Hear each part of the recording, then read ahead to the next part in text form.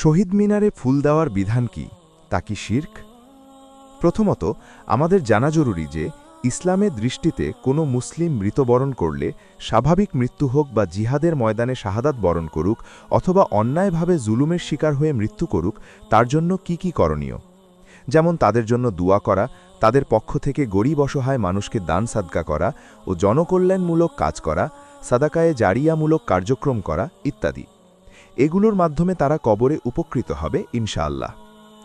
পক্ষান্তরে তাদের স্মৃতি রক্ষার উদ্দেশ্যে তথাকথিত স্মৃতিস্তম্ভ ও শহীদ মিনার নির্মাণ করা, তাতে ফুল দেওয়া ও সেনাবাহিনী কর্তৃক স্যালিউট জানানো, তাদের উদ্দেশ্যে 1 মিনিট নীরবতা পালন করা, মোমবাতি জ্বালানো, মশাল জ্বালানো, শিখা অনির্বাণ বা শিখা চিরন্তন প্রজ্বলন করা ইত্যাদি হল অমুসলিমদের সংস্কৃতি, যা অমুসলিম সংস্কৃতিতে আকণ্ঠ নিমজ্জিত ও ইসলাম সম্পর্কে অজ্ঞ মুসলিমরা অবলীলাক্রমে তাদের অন্ধ অনুকরণবশত পালন করে থাকে।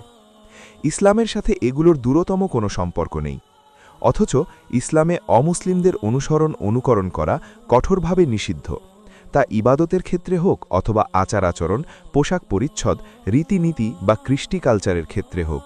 কেননা রাসূলুল্লাহ সাল্লাল্লাহু আলাইহি ওয়াসাল্লাম বলেছেন, যে ব্যক্তি বিজাতির সাদৃশ্য অবলম্বন করে সে তাদের দলভুক্ত হিসেবে গণ্য হবে।